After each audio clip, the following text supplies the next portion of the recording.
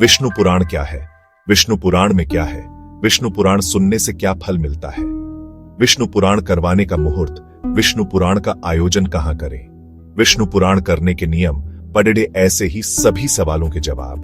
नमस्ते मेरे सनातनी परिवार, मेरे चैनल पर फिर से आपका स्वागत है। चलिए शुरू करते हैं महादेव का नाम लेकर।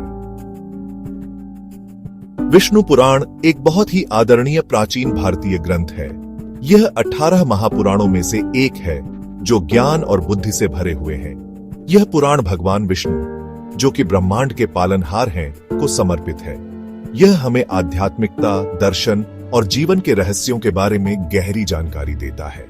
विष्णु पुराण एक बहुत बड़ा और जटिल ग्रंथ है।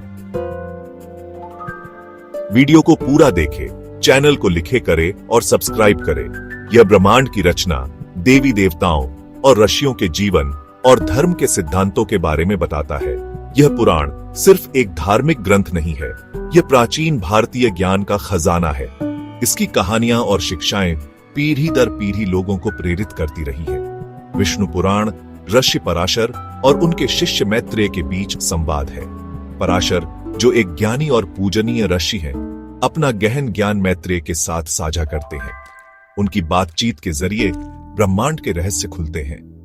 यह ग्रंथ सृष्टि, पालन और संहार के विषयों पर चर्चा करता है। संस्कृत में लिखा गया विष्णु पुराण अनुवादों और व्याख्याओं के माध्यम से सुलभ है।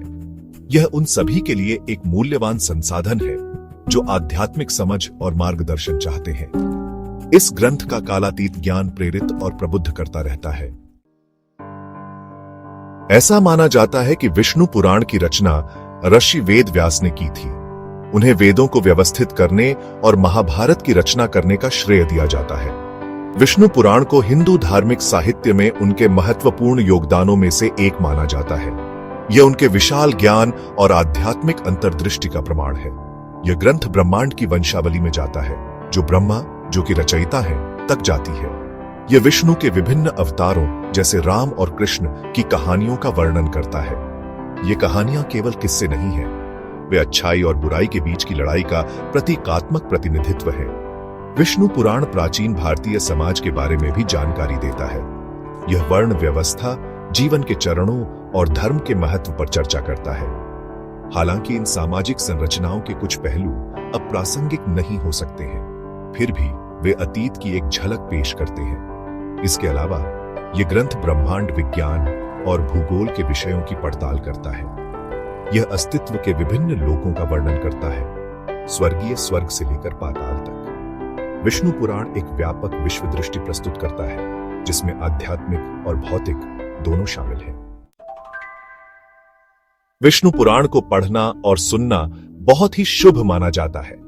ऐसा माना जाता है कि यह मन को शुद्ध करता है, ज्ञान देता है और जन्म और मृत्यु के चक्र से मुक्ति दिलाता है। श्रद्धालु अक्सर धार्मिक समारोहों और त्योहारों के दौरान पुराण पढ़ते या सुनते हैं। वीडियो में आपको क्या पसंद आया, हमें कमेंट्स करके जरूर बताएं। पुराण विशेष रूप से भगवान विष्णु और उनके विभिन्न रूपों से जुड़ा है।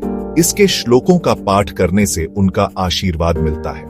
ऐसा कहा जाता है कि विष्णु पुराण को श्रद्धा से सुनने से आत्मज्ञान प्राप्त हो सकता है। विष्णु पुराण सुनने के लिए कुछ विशिष्ट शुभ समय आदर्श माने जाते हैं। इनमें कुछ चंद्र चरण, त्योहार और पवित्र दिन शामिल हैं। धार्मिक पंचांग या किसी जानकार पुजारी से सलाह लेने से इन शुभ समयों को निर्धारित करने में मदद मिल सकती है। विष्णु पुराण सुनने के लाभ आध्यात्मिक क्षेत्र से आगे तक फैले हुए हैं। ऐसा माना जाता है कि यह शांति, समृद्धि और अच्छा स्वास्थ्य लाता है। धर्म और धार्मिक आचरण पर ग्रंथ की शिक्षाएं व्यक्तियों को अधिक पूर्ण जीवन की ओर ले जा सकती हैं। विष्णु पुराण कथा, ग्रंथ का पाठ और व्याख्या एक महत्वपूर्ण धार्मिक कार्य है। इसके लिए सावधानी पूर्वक योजना और कुछ अनुष्ठानों के पालन की आवश्यकता होती है।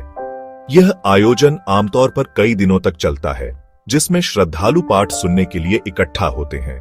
पहला कदम शुभ समय और तारीख चुनना है। यह अक्सर किसी पुजारी के परामर्श से किया जाता है। अगला कदम एक उपयुक्त स्थान का चयन करना है, जैसे कि मंदिर, सामुदायिक हॉल या निजी निवास।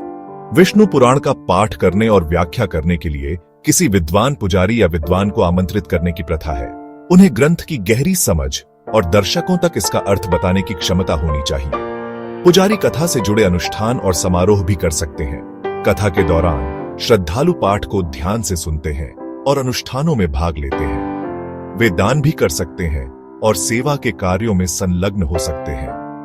विष्णु पुराण कथा का आयोजन करना एक बहुत ही पुण्य कार्य माना जाता है, जिससे आयोजकों और प्रतिभागियों को आशीर्वाद मिलता है।